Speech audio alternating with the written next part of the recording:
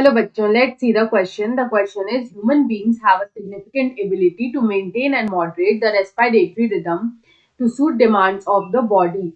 For it, we have respiratory rhythm center in medulla R, pneumotaxic center in pons PT, chemosensitive area in the medulla C1, and peripheral chemoreceptors in aortic arch and carotid artery C2. Find out the correct path for regulation of respiration.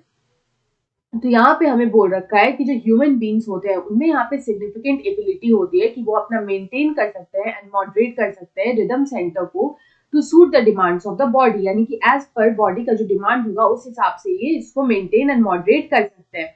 और यहाँ पे ये जो है respiratory rhythm centre in medulla, pneumotaxic centre in pons and chemosensitive area medulla and peripheral chemoreceptors in aortic arch and carotid artery जो होते हैं इनकी हेल्प से यहाँ पे ये मेंटेन एंड मॉडरेट होते हैं। तो यहाँ पे इनका correct path for regulation of respiration क्या होगा? तो यहाँ पे अगर हम लोग बात करें तो हमारा जो फर्स्ट दे रखा है विच इज द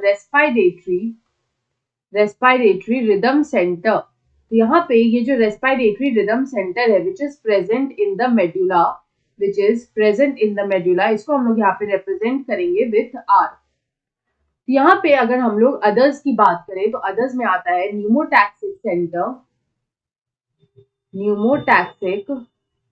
सेंटर और ये जो न्यूमोटैक्सिक सेंटर है they are located in pons and it is represented as PT. इसके अलावा जो नेक्स्ट आता है इट इज द कीमोसेंसिटिव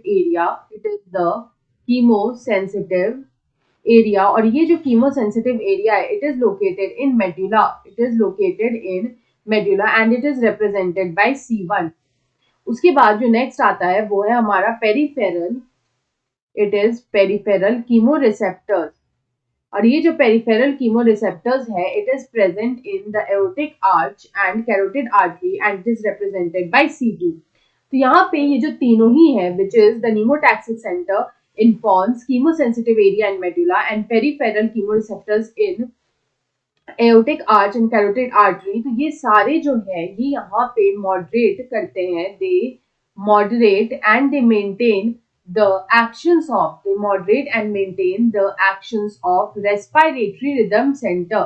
जो रेस्पिरेटरी रिदम सेंटर है which is located in the medulla, उसकी ही एक्टिविटी को या फिर उसके एक्शन को यहाँ पे ये रेगुलेट करते हैं। तो यहाँ पे अगर हम लोग इसका करेक्ट सीक्वेंस देखें ऑफ रिप्रेजेंटेशन, तो यहाँ पे ये जो सीक्वेंस हमारा बन के आएगा वो कुछ इस तरह का होगा, क्योंकि यहाँ पे जितने भी बाकी हमारा C1, C2 और जो यहाँ पे pneumotaxic centre which is PT दे रखा है वो सारे यहाँ पे जो है इस रेस्पिरेटरी रिदम सेंटर के एक्शंस को ही यहाँ पे मॉडरेट करते हैं।